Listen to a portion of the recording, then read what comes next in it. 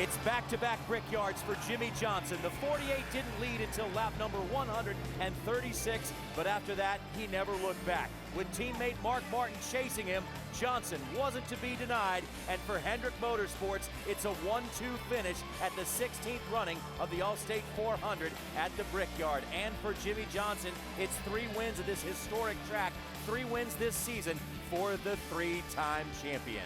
Hello everybody and welcome to NASCAR Victory Lane on Speed. We're in Victory Lane here at the famed Indianapolis Motor Speedway. Johnny, no tire problems today, fans. Hallelujah. We're glad that we're not gonna be talking about that. What a great race. I mean, and you know, I'm going to tell you, Goodyear did a fantastic job, Kenny. They're not an issue at all. Just think of the amount of money spent. So finally, we come to Indy, and that is a thing of the past. And the great thing about this race is you did not know who was going to win. All of a sudden, here he is, Jimmie Johnson, 3-time winner of the Brickyard 400. He now puts himself in the elite class of one of the greatest race car drivers of all time. And I don't think we need to remind Jimmie Johnson of this. 7 of the Brickyard winners have gone on to become champions, including himself last year. And one thing I'd like to say about this race today, just in NASCAR style, just when you thought the winner was going to be Juan Pablo, then you said, well, it's going to be Mark Martin. Just when you thought it was going to be Mark Martin, no, it was Jimmie Johnson. So drama right to the end, guys. Without a doubt. And you know, you got to give credit where credit's due.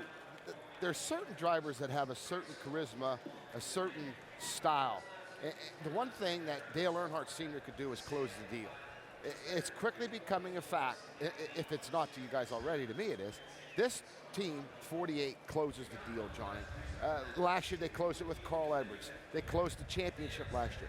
Right now, you said it. You know, if you win here at the Brickyard 7 of 15 times, you go on and win the championship. And this guy, Kenny, is quickly becoming a possibility of 4 championships, but he can close a deal, and he's one of the best at it. And this victory at the Brickyard is certainly one huge step towards championship number 4. Great points day for Jimmie Johnson and also a great check as well. Let's take a quick look at the highlights. A little later on in Victory Lane, we'll show you much more. But here is the way it looked when we came to the green flag. Juan Pablo Montoya, the past Indy 500 winner on the outside, and Mark the Kid Martin became the oldest pole sitter ever at Indy, surpassing Mr. Excitement himself, Jimmy Spencer. So Juan Pablo Montoya quickly jumped out to the lead, and it looked like there was nobody going to catch Juan Pablo as he went out to a lead as far as a half a straightaway here on this big racetrack. But for Juan Pablo Montoya, it all came crashing down. The last pit stop, NASCAR said the 42 was too fast for the electronic timekeeper on the pit road at 2 different sections. And as you can imagine, Juan Pablo Montoya was livid after that because he thought he had this thing won. But then it was Jimmie Johnson who passed teammate Mark Martin with 36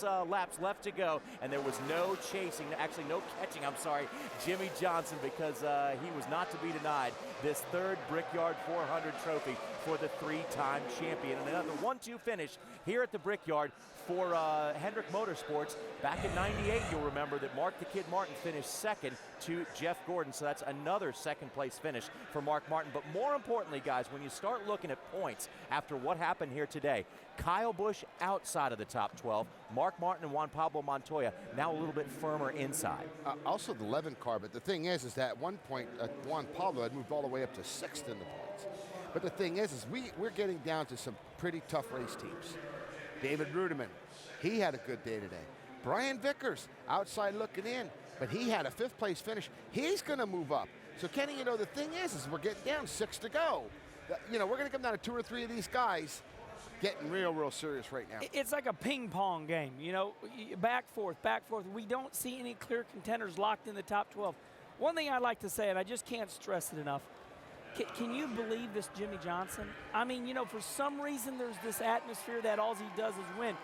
You know, he's won 3 Brickyards. He's won the Daytona 500. I mean, he's won just about everything there is. I don't know what track has he not won at. You know, he's won at a couple, not road courses and stuff, but Kenny, you know, what you're making sense here is that I've not seen anybody dominate the sport since Cale Yarborough some 30 years ago, I guess, close to it. You know, week in and week out, just consistently top 5s. And just think of some of the races he should have won. He had a shot of win in Chicago. He had a shot of win in Pocono. He had a shot of win in Michigan. I mean, I agree with you. I mean, it's just every week. I think it's some time. I guess when he wins his 4th championship, if he does win it this year, at some time you're gonna have to do this. I mean, he's great already, but for some reason, and there's been articles and people have talked about it, he just does not get his due. I mean, how much more can he do? Yeah, and let's not forget that once this chase comes on, Jimmy Johnson's team seems to come on as well, as they are one of the strongest in the last 10 races of the season. When we come back, we'll take you from the green flag to the checkered flag in the 16th running of the All-State 400 at the Brickyard.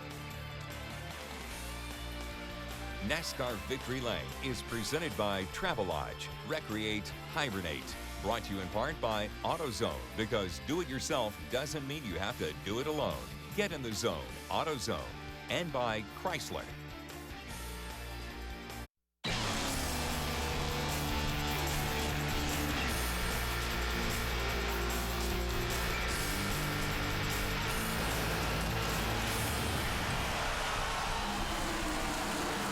Welcome back, everyone, to Victory Lane at the Indianapolis Motor Speedway. The Brickyard is celebrating a century of speed, and Jimmy Johnson is celebrating his third trophy after one of these Brickyard 400s. So a little bit of history being made for Jimmy Johnson, but there was also a chance for a couple drivers to make history today. With a 5th win, Jeff Gordon could become the only driver ever to win 5 races in any discipline here at Indy, but also Juan Pablo Montoya had a chance to become the only driver to ever win an Indy 500 and a Brickyard 400 as the one driver. So All-State 400 Brickyard, green flags this afternoon under beautiful skies as Mark Martin becomes the oldest pole sitter. And Jimmy, I hate to remind you once again, but you used to be that dude.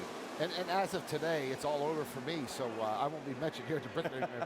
You know, a great start to the race right here. Mark and Juan Pablo, a lot of respect amongst all these guys. They know where they're at the second biggest race of the year.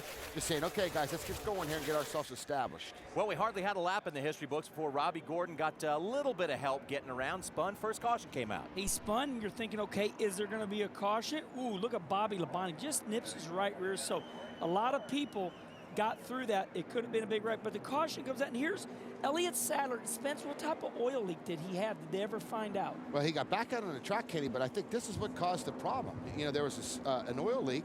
NASCAR black flags in here, and I believe that's what Robbie Gordon got into. And, you know, from here, they take the car behind pit wall, and he ends up coming back out some 78, 800 laps down, but I don't know what it really was. If it weren't for bad luck, Elliott Sadler would have no luck at all this season. It's a great driver, a guy used to set on the pole once here at Indy. So bad luck for Elliott Sadler again, but good luck for Juan Pablo Montoya as he simply takes off. That was a very impressive move. And, you know, the double file restarts, we saw him just pinch Mark down enough, and Mark's, okay, that's fine. But I don't think anybody, Kenny, thought this car was as strong as it was. The lead he could pull away from everybody. No, I mean, and this guy knows, you know, this racetrack. He's already won an Indy 500. And here's Dale Jr. showing his muscle early. Junior Nation's thinking, oh, man, is it going to be Junior's time? Now, the 11 car comes in to make a pit stop. They said when he was coming down pit road, he was shifting, and the shifter came out in his hand. The shifter fell off the transmission. Come to find out, also, they had drive shaft problems. You know, tough day because he was 5th in the points. You don't have to be a race car driver to know that that's bad, but take a look here. More misfortune for the Joe Gibbs Racing team as Kyle Busch goes into the outside wall. Yeah, you know, and that's a hard hit, fans. You know, when you're entering turn 3 at Indy, you're running in excess of 200. He wasn't running quite that fast, I'm sure, because he realized what was happening. And he immediately pulls it behind the wall. A lot of damage to that car, Kenny. And he said about 5 laps before, he says, my eyes are vibrating. I'm going to need a new set of eyeballs. And finally, the right front tire gives way. Here's Juan Pablo again showing his muscle. He says, I'm going to take the lead again, and he does. 2 different fortunes for 2 different former Indy 500 winners coming up here. Juan Pablo's leading the race, but Sam Hornish got loose, hit the wall, right front goes into the wall, and then the right front tire goes down. Yeah, the big thing here with Sam is, you know, that he was just trying to get all the speed out of his car, and they kept making chassis adjustments, and he got a little high, a little loose, and collected his himself. No damage, no foul, nobody else except Sam. Unfortunately for him, he was done for the day. Now, it looks like you might want to hand the checkered flag right now to Juan Pablo Montoya. His lead is so big, it's so dominant, and it's also so hard to pass on this racetrack. So why don't we just give it to Juan Pablo right now? And I'm going to tell you what, there were points during the broadcast that, you know, people were saying, oh, looks like Juan Pablo's going to win this, but we have been taught so many times the last 3 years, if you've been leading with 10 to go, you did not win the race. So I never believed for a minute. I wanted to see the checkered flag, and of course, you'll see what's coming up next, why Juan Pablo did not win. And what's interesting is that what was neat about what happened here today with Juan Pablo at this point, he's only led 57 laps total in his whole career, and today he leads some laps or whatever. Just absolutely incredible. And you'll see what comes up later. It bothers me. Yes, so often in a Sprint Cup competition, the guy who leads the most laps does not go on to win the race. That was the situation here today, but Juan Pablo does get the bonus points for leading the most laps, 10 total, so that'll help in his quest to make the chase for the Sprint Cup. When we come back, we'll take you through the rest of the highlights from the Brickyard 400. On Monday, Twin gives you the most in-depth NASCAR review anywhere. The popular radioactive feature gets you inside the headset and allows you to experience things you don't hear or see anywhere else. Emotions always run high on the team scanners, especially at the Brickyard. This week in NASCAR, Monday, 8 p.m. Eastern, only on Speed. And those guys will definitely be able to be talking about the domination of Juan Pablo Montoya. Now, these guys are having fun. Hey, don't ever say there's not a good suspension underneath their Corvette. I mean, pretty strong body work as well. Look at the rear tires. They're like going, hey, get off of me. That's pretty cool. I never thought you could put that many fellas on a Corvette. Could you put that many Spencers on there? Oh, hell no. But often, yeah, those are boys. often the Spencers do travel in groups that big. All right, let's take you back to the highlights right now. We've gone through half of the race so far, and Juan Pablo Montoya continues to dominate. Who's that? That is Juan Pablo Montoya. Juan Pablo. And you know what, fans, right here, this guy, you know, a lot of comments about his attitude in the whole 9 yards. What I like about the guy is he's a racer. He comes to do a job. And today, Kenny, you know, he's focused on what he's got to do. He's just hitting his marks, really rolling along right there. And of course, here's the 18 of Kyle Busch. He knows he wants to be inside this top 12, so they fix the car. He comes out for some valuable points. Here we go, Jimmy Johnson getting underneath Brian Vickers through the short chute. This is for third position, just one of the great moves made by Jimmy Johnson today. And that's why you end up winning these races. You never give up. You got to be in position to win. So Jimmy Johnson methodically picking off positions. And can I say, you know, this is a great racetrack, but it's not the best racetrack to pass on. This was like incredible. Oh, a pass was made. That's how hard it is to pass. Here we are, Mark the Kid Martin pitting under green. And this is the new leader. A lot of green flag pit stops have put these guys to the test, the guys over the wall, and they did a great job today. We saw some of the best pit work ever. And take a look at this pit stop. Why it is so significant is the fact that Juan Pablo Montoya, after dominating this race, got black flagged by NASCAR, a pass-through penalty for being too fast at 2 different points on the pit lane. And he was none too happy. Oh, my Lord. And let me just say, Spence, Juan Pablo, here he comes. You know this is killing him. This is under green flag. Juan Pablo said, I swear on my wife and my children, I was not speeding. I know. You know, Kenny, I lost a race one time at Daytona for an official saying that he caught me for speeding. That was a lot different than what NASCAR has. NASCAR has official timing and scoring, and I believe NASCAR caught him for speeding. Dale Earnhardt Jr. up in smoke, started in the 3rd spot. And as Dale Earnhardt Jr. goes up in smoke, let's listen to Juan Pablo Montoya. Good. I guarantee you, I swear on my children and my wife, I was not speeding. This is the 2nd time this year. In Phoenix, they made a mistake, and they admitted afterwards. This is the 2nd time. They better look at that. Tell them to look at it closer because, you know what I mean? I don't think I was speeding, and I went through I think I got either oil on the tires or something. Yeah, either oil or a flat tire, something. Wow, dejection on the voice of Juan Pablo Montoya. That is a tough break. Very devastating to know that you could have quite possibly cost your shot win the race. Here's the double file restart, shootout style with Mark Martin in the lead and Jimmy Johnson on the outside. And look at Jimmy Johnson go by. Yeah, Mark Martin gave him way too much room for the Brickyard. I'll criticize Mark for that. Mark just gave him too much room, and Jimmy took advantage of it. And that was all I said right there, fans. It's all over. And you got to give Jimmy credit for that, Kenny. He took advantage. He kept him down there snug. And, you know, Mark Martin has not got the advantage in the points that Jimmy had, so he took advantage. And late in the race, the outside gets rubber. The track widens out.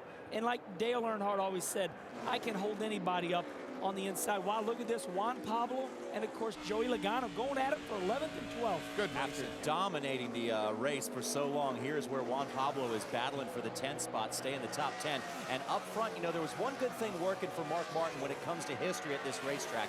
The last 3 times we've raced here, the guy that led with 10 to go didn't go on to win the race. Well, guess what? That statistic's going right out the window. Statistics are made to be broke, and that statistic don't mean a whole lot today because you're right. You know, the thing about Jimmy is that Yeah, Mark Martin is as fast, maybe faster if he was ahead of him. But you know what? Jimmy didn't make a mistake. And you know what, Johnny? There it is. What's that called? The checkered flag at the Brickyard 400 for Jimmy Johnson. The third time he has won this race. The third win this year for the three-time champion Jimmy Johnson. And you got to pump your fists after this one, because this is one heck of a race to win one of the crown jewels of NASCAR, All-State 400 at the Brickyard. It's Jimmy Johnson, Mark Martin, hometown hero Tony Stewart. But look in the top 5 here. The Biff and Brian Vickers. And I want to tell you, fans, the 16, the 83, they needed this. Also, the 17 needed this, and so did the 00. So these are the 4 players we're talking about that top 12 in points. But Kenny, what a good day for Tony Stewart again. Top 5 finish. And I mean, Joey Logano, I mean, he has proved us wrong. This kid is incredible. A 12th place finish is so hard. Now, what I'm looking for, I'm saying to myself, where is Kyle Busch? I'm looking for him. Still looking for Kyle Busch as we see Jamie McMurray, Marcus Ambrose, Bobby Labonte, Reagan, Burton, Elliott, another Busch, Paul Menard, David Gilliland, still looking. On back in the field we go as we see Scott Speed, Andretti. There's Denny Hamlin and Kyle Busch in the 33rd spot. Dale Earnhardt Jr. in 36 after running in the top 5 for most of the time he was out on the track. And of course, the reason we're looking for Kyle Busch is because he was inside the top 12. We will find out later in the show, is he inside the top 12 or not?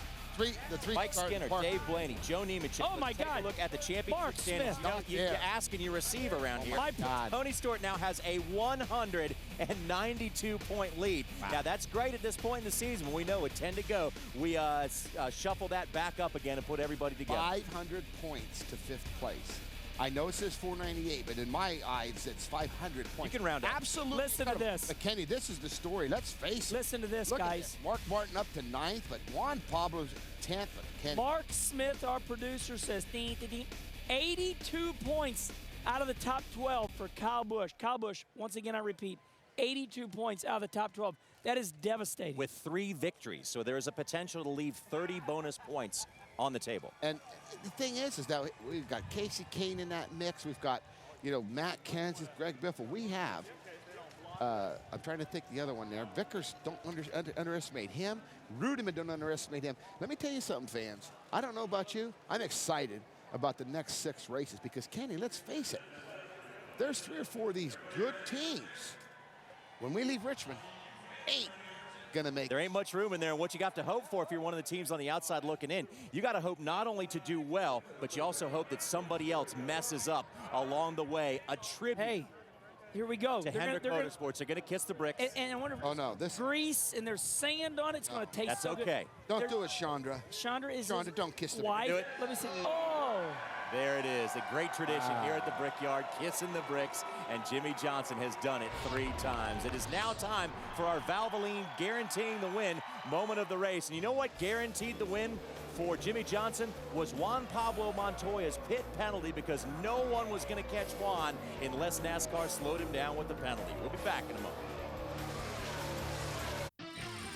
As the Indianapolis Motor Speedway celebrates a century of speed, the Brickyard Trophy this time around goes to Jimmy Johnson, a 3-time champion of the series and now a 3-time champion of this prestigious race. Jimmy, congratulations, but from where you were sitting, watching Juan Pablo Montoya dominate 2 hours ago, would you have thought you'd be sitting here?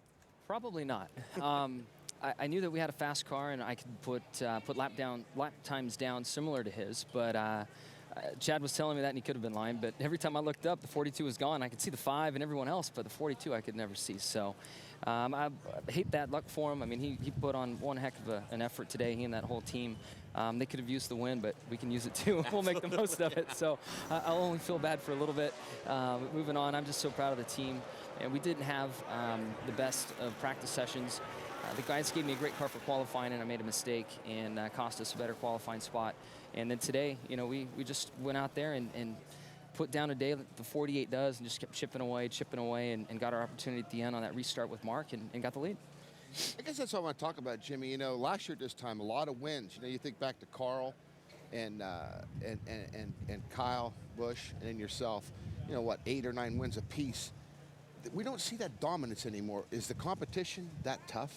Yeah, it changes every year, and circumstances change too. I feel that we could have probably 5 or 6 wins right now if we look at Michigan and a few other races. the off weekend now, I've kind of lost track of things in my mind, but we've led a lot of laps in the last 5 or 6 races and haven't come home with the trophy. So it's just tough. You know, it's tough to win in the sport, as you know, period, and then to link together multiple wins. Just a tough thing to do, and the competition's really strong. We're seeing the 9 car, the 42, you know, a bunch of teams that have been working hard to catch up. They're there, and they're putting up a great effort. You know, Jimmy, when you win a race, you'll go home and you'll go, wow, what, you know, I won the Brickyard 400. But this is the 100th year at this racetrack, so I think it's pretty special. It's the 100th year, your 3rd Brickyard win. Would you sign my hat? And also, Oh, no! Who got me? It was Chad. Chad Knaus is going to get it. But Jimmy, Lucky we're on the air. what does it feel like now that it's over? What does it feel like? I mean, to win the 100th year and your 3rd. I mean, it's pretty big. I'm glad it's over. Mark was coming, and Thank you. absolutely. Who would have thought an old man could drive that hard, right? He's working out. He is just an impressive man. Age is not even an issue or topic. That man just drives his guts out and puts in everything he's got. So, as a race car driver, you're trying to break the draft here. Tell me what's going through your mind down the back stretch. He was getting run at you off of turn 2. Yeah, 1 and 2, I was a little bit too loose on that last run, but 3 and 4, I can stretch it out. And I just, if he got within a car length of me through the corner, he could affect me. So I just really tried hard to keep him outside of that car length window. And he got close a couple times, and I was pretty nervous about things. But, you know, the last lap, I came out of 4 especially, and had a good turn 4 and knew I was in good shape. What do you think the future holds? You know, we have 6 races to go to the chase. What do you guys try to become the first 4-time Sprint Cup championship team? You know, we're just going to work hard. There's so much that goes on week in and week out. So many teams to deal with. I think these double file restarts are really changing our sport. Cautious Chicago. Yep, exactly. I mean, you can't be sitting on the front row and think, okay, you know, I've got a top 2 or 3 here, I'm in good shape. You can end up 15th or 20th or wrecked in you know, a bad finish. So it's going to be a very interesting year, and all I could do is give 100%, and that's all that my team can do. And I feel that our cars are in place, and we should be able to give a real run at this thing. And Jimmy, there's something about this race and a championship. What do you think it is that leads so many winners of this race? You know, Jeff Gordon mentioned it was something about momentum, and if you're set up for this race, you're set up for the long haul. I do agree with that. I also think that this track is so challenging that the team that is on top of their, you know, the technology and what's going on can conquer this track. You know, we come here once. Granted, there was a lot of tire testing that went on, but this place is a tough place to figure out. And if it's your year and you're good here, you're going to be good at a lot of racetracks. First of all, I'm cleaning myself up because of your crew chief. I got champagne in my ears. It was watered down, though. Yeah. Jeff Gordon. So how many voices are there in your Hey, we're dealing with it every week. Hey, did you see him trying to get him out of my head? Jeff Gordon said earlier that he said, you know, he thinks championships are much harder to win now with this point format. So you got 3 championships. I mean, do you agree this is a harder championship to win with the race to the chase? You know, he makes me really consider that. And I've never won a championship and won't have that opportunity the way he's won a championship over the full 36 races. In my eyes and my own experience, I think the way he has won his 4 has been more difficult. You know, Tony, I guess, has probably done it both ways, and I'd be interested to get his point of view on it. Either way, it's tough, and I just think that over a 36-race schedule, it's a little bit harder. Jimmy, congratulations. Way to go. 3rd Brickyard Thank you, guys. championship. Enjoy the trophy. Enjoy this one, because I know we got to get right back at it next week. Big thank you to the fans and everybody for being involved, and I'm glad to have this Cobalt Chevrolet in Victory Lane. And on behalf of Bank of America, we want to send a special congratulations out to the number 48 team and Jimmy Johnson. Congratulations from NASCAR Banking, only from Bank of America. Those guys got to kiss the bricks, and now owner Rick Hendrick is going to come up and talk to us next.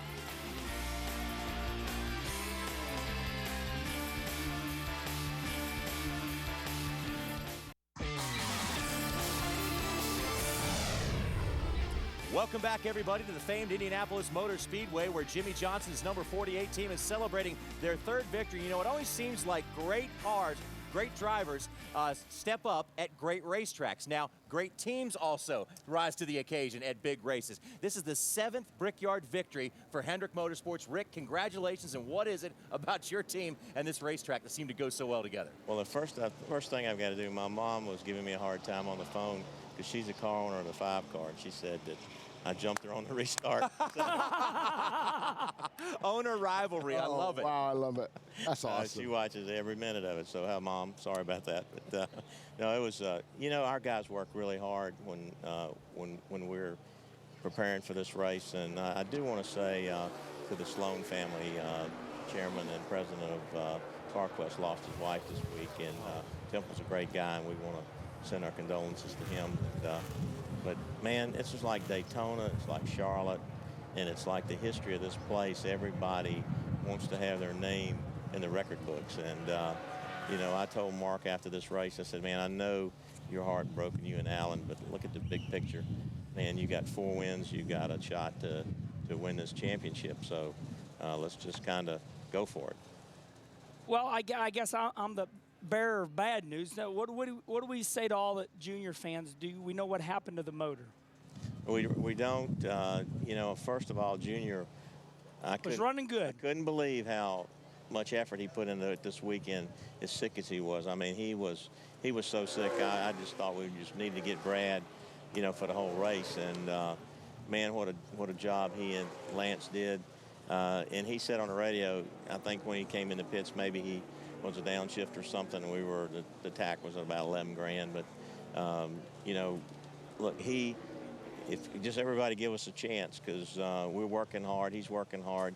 I can see it. That team is up there. You know, every time we get in a position to get a top 5 or a good win, something happens. And but we're digging, and he's putting a ton of effort in it, and so we're going to be excited about the races coming up. But how incredible that Dale Earnhardt Jr. tells you that I missed a shift and it shows 11,000. I mean, most drivers would lie. Yeah, let me tell you something. You're right, and I've been through that a lot, you know, and nobody would say anything if he hadn't said a word, but he said it, and he said, I think it was me. But those kind of mistakes happen coming in, gearing down. You know what that's like, trying to get as fast, you know, get on pit road as quick as you can. But you know, this guy is phenomenal, and it's a pleasure to have him in our organization, and we're going to do everything in our power to put him where he belongs, and that's in victory lane. You know, Rick, what's amazing to me is you know, you've done a lot of things over the years, but what you've done now is you've forced a lot of these other owners to look and say, wow, if Tony Stewart and Gene Haas can do as well by friending with Rick Hendrick, then I think we have to look outside. And I guess explain to the fans, I mean, what's amazing to me is you give them the opportunity to win races. Tony's leading the championship. I mean, how do you balance that to your guys saying, you know, Rick, if we don't give them everything, then they wouldn't be leading the points possibly? Well, number one, Gene Haas has been a good supporter of Hendrick Motorsports for over 10 years. Now, we've got 40 of his machines in our place.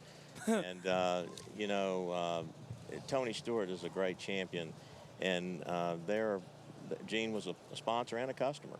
And we had an understanding going in that it could be a two-way street. I mean, we can get information from Tony Stewart and Ryan Newman. I mean, Darian's there. You know, it's an open book between all of us, and we share information. And on any given day, we're going to have to race them. But there's another 36 cars or so out there that we got to beat. Yeah. So if you focus on how you got a lot of talent and you can kind of separate yourself from the fold a little bit, you know, then you're all going to be better off. And our guys, we talked about it early on, and I knew that you put Tony Stewart and Ryan Newman and Darian Grubb and then Bobby Hutchins and all of that crowd together. That's a lot of talent there. Little quick statement. I was working the thing Friday, and I watched Ryan Newman, Mark Martin, Jeff Gordon, all your guys get together. You've done a hell of a job with those guys. Congratulations, Rick. Thank you, sir. 7 Brickyard victories, 8 victories this season, some championship contenders up there at the top. And these guys are all getting along very well together right now. Probably 4 in a row. Congratulations for Mark Martin. Congratulating Jimmy Johnson. We want to remind you, Thursday, it's the premiere of Big Block Thursday on Speed. 3 big hours of races, chases, and crashes with Pinks All Out at 8, then Jacked at 9, Wrecked at 10. Got plans Thursday night? You do now. Big Block Thursday premieres next Thursday at 8 on Speed. Welcome back to the Brickyard, everyone. After a huge race, there is normally one team that is ecstatic, and that means there is one team left bitterly disappointed as victory slipped through their hands. And that was the situation with Juan Pablo Montoya and the number 42 team from Earnhardt Ganassi Racing. It looked like they had this Brickyard 401 and a little piece of history for Juan Pablo, but that all ended with the speeding penalty on pit road. It kind of sucks, but it's what it is. You know, everybody at the Target Chevy did an amazing job. I thought it was on the speed, and you know, we got lights. I was on the lights every time, and actually that light was actually came in slower than the previous one, and they said you're speeding. So it's what it is. You know, we had a deal like that before, and you know, once it happens, you can't change it. So it's pretty frustrating, but it shows where we're going with the team. Now, normally in these cars, you know, fans might not notice, they do not have speedometers, they have tachometers, and also NASCAR now has electronic scoring. And Kenny Wallace, that can get pretty difficult. Race fans, in the last handful of years, they've come out with these high-dollar tachometers. They're round, and what happens, we used to say, okay, second gear, I'm in second gear, 3,500 RPMs. So I would go second gear, 3,500 RPMs. And I do that to this day in the U.S. Border Patrol nationwide car. But when you got a good budget, everybody is spending thousands of dollars on new tachs. Now what they do is Juan comes in, he's in second gear, he looks at the tach, and he's looking at a color. Only a color, not the tachometer anymore. So if he's on green, green means I'm good, yellow means danger, red means you're speeding. So basically, that's what Juan was looking at. What color was on? Might have been yellow, might have been red. So hopefully that explains to you what he's talking about. And also, fans, NASCAR, if let's just say the pit road speed is 60, 50, 40, whatever the dictated by NASCAR, they give you +5 miles an hour. So they have to draw a line somewhere. And if you're going 55.1, you're speeding. 54.9, you're not. NASCAR said he was speeding. Yeah, now Friday on Speed on our trackside show, we saw a little bit of foreshadowing from Juan Pablo Montoya. He was asked what the difficult thing would be for Danica Patrick to come over from the open wheel racing to NASCAR racing. And Juan Pablo said one of the hardest things is figuring out how to set your speed on pit road. Let's listen to Juan from Friday. Longer to slow down. You know, when you're going to hit the box, if you lock those tires, you're going to slide for 3 boxes, and the thing ain't going to stop. You got to control your own pit speed, and it's kind of annoying when you're doing it and you think you're doing it right and somebody just drives by you. It's like, I thought it was on the limit, you know? And then you try it and then you get caught speeding, and you know what I mean? It takes time. It takes time. And you know what? That's the tough thing about pit road at a big race. Kenny Wallace, Jimmy Spencer, you guys have been there before. In the Daytona 500 this year, remember the big fiasco with Dale Jr.? Everybody on him, hey, get in the pits like Matt the Brat Kenseth. And so he would try and he would miss his box. What Juan Pablo's talking about is some of these upper tier drivers with their crew chiefs have been going to racetracks and they've been going out on pit road. And Spence, they've been going, okay, you can speed right here, but slow up right here, then speed back up here. They're cheating the system, but they're not cheating. They're still going the speed limit. They're breaking the system down. And that's why Juan Pablo says, they blow by me and I'm going the speed limit. They know where to speed, where not to speed. When you have a dominant car, and you have everything to gain and nothing to lose, you don't make a mistake. He made a mistake today, and he lost the race. And that is a bitter disappointment for Juan Pablo Montoya. He had a chance to become the first driver ever to win a Brickyard 400 and an Indy 500, but Juan Pablo will have plenty more shots, I'm sure, at getting that done. Right now, we want to change our focus here and go to the Prilosec OTC Barbecue Series. It wrapped up here at the Brickyard today. Let's check in with Rutledge Wood to see who had the best barbecue. Well, it's time to wave the checkered flag on the fan vote out here at the Prilosec OTC Barbecue Shootout Series. So let's go find out who the fans are voting for.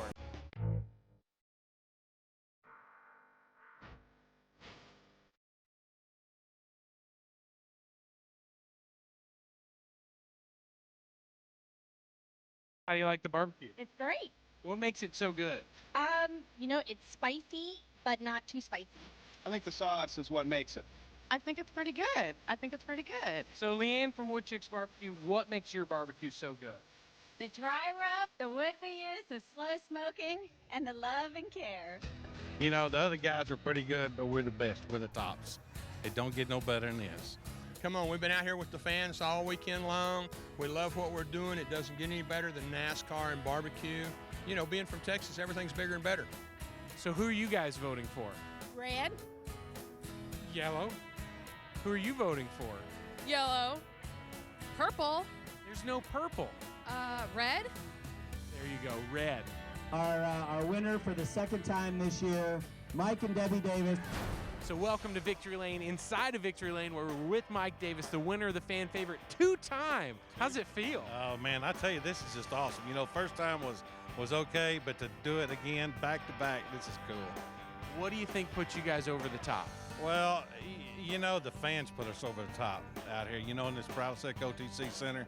The fans here in Indy are the best that we've seen so far, bar none. And this was a tough competition. You know, Barb Milroy from Texas, they're awesome cooks. You got Leanne Whipping on the end, you know, she takes Bobby Flay down, you know, so this is no cakewalk out here. Congratulations, Mike. When you see Laudable Barbecue, you pull over, you get some of their great barbecue. The winners, 2-time fan vote. How come Rutledge gets to have all the fun? The Prilosec OTC Barbecue Shootout Series is a supporter of the NASCAR Foundation. For more on how you can get involved, visit NASCAR.com/foundation. We'll be back to the Brickyard to wrap up the day in just a moment. Next Saturday on Speed, the NASCAR Camping World Truck Series will rock the Music City. Tune in as Ron Hornaday, Mike Skinner, and Matt Crafton battle for a chance to take home racing's most famous guitar. But don't smash it. Don't miss the NASCAR Camping World Truck Series live from Nashville next Saturday at 7:30. Now, Mark Martin had a legitimate shot to win this race. He became the oldest pole sitter ever at age 50. He was a sentimental favorite going into this thing, but in the end, it didn't quite work out. But nonetheless, he'll take a second-place finish. Let's go to Bob Dillner. Mark Martin, the sentimental favorite for this race here today. You could hear all the crowd outside the media center. Mark, you just walked out in second here to your teammate Jimmy Johnson. Just talk about that for me. Well, I just appreciate, you know, Kellogg's, CarQuest, Chevrolet, everybody at Hendrick Motorsports, and especially Alan Gustafson and all that team giving me a shot at it. I didn't get it done, but, you know, I think we had them on our feet, and, you know, I gave it my heart, man. I gave it everything I had. Let's talk about that final restart. We joked about it yesterday. You said, you know where I want to be, the bottom. Man, he got a run on the outside. Yeah, you know, I got a good jump on him, and if I'd have got 3 more feet, I would have got in front of him, but I didn't, and he got the side draft, and it pulled him right back up beside me, and it's just a side draft, you know. The corner was too far down there. I needed the corner to be closer, because I just about had him, but I didn't have him cleared, and he got the side draft over there. And you know, I know it doesn't look like it on television, but you can't win if you wreck. And I wasn't sure I wasn't going to wreck already. I was going faster than I should have been going, you know, trying to do it there. But, you know, he just he got it done, and you know, that guy's Superman. I've said it, and he's a tough guy to beat, and I've been lucky enough to get it done on him a couple times this year, and just couldn't pull it off today. You know, talking, and you can play Monday morning quarterback all you want. Listening to Jimmy Spencer, he thought maybe you could have been maybe a little bit meaner on that restart and squeezed him a little bit more. Was that a possibility? You could always do that. Maybe, I don't know. Yeah, I raced him the way I want to be raced. Well, Mark Martin, second place here, but let me tell you something. Everybody was pulling for this guy here today in the 400.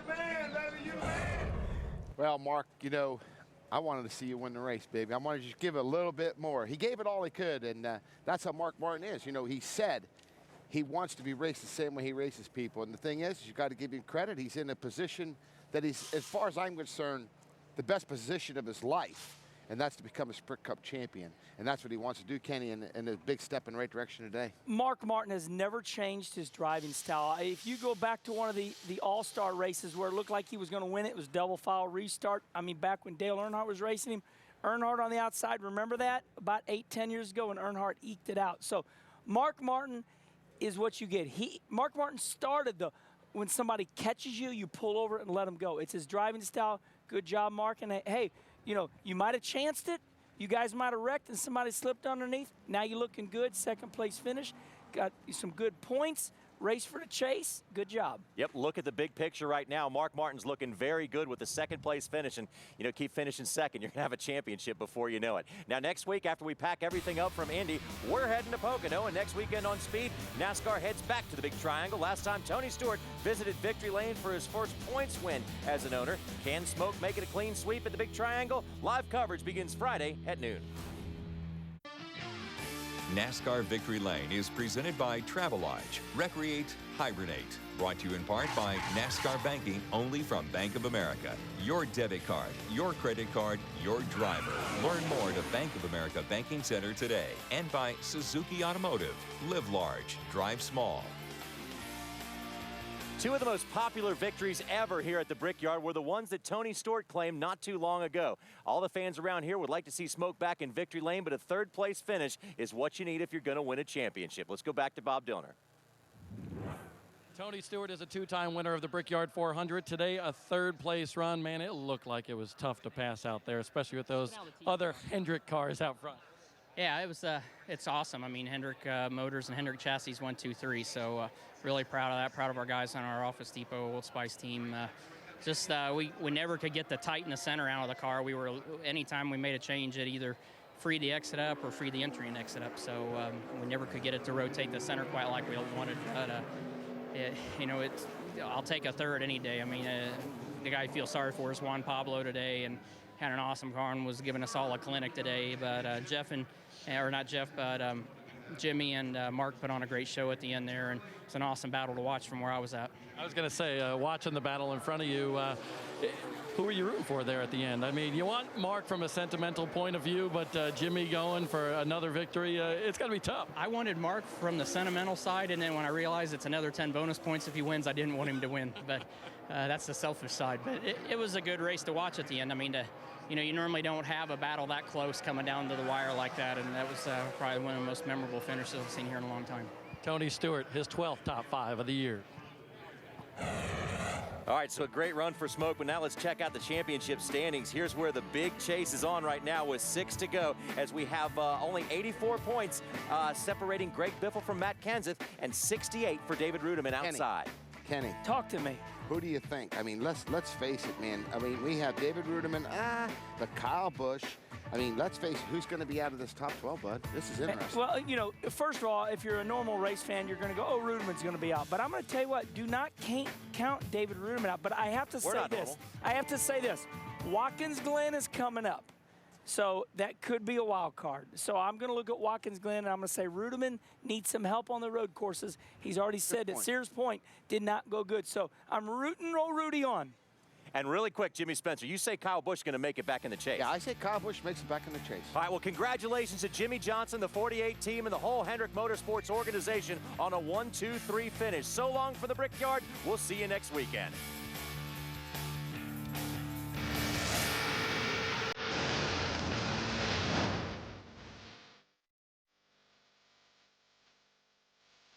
Today, there is a big check, a big trophy, and a championship advantage on the line. It's one of the crown jewels of NASCAR, the Allstate 400 at the Brickyard. This track is special.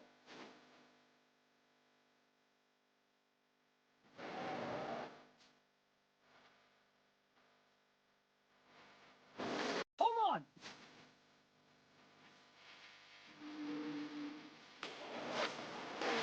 Jimmy Spencer is coming out of retirement. Way too much room.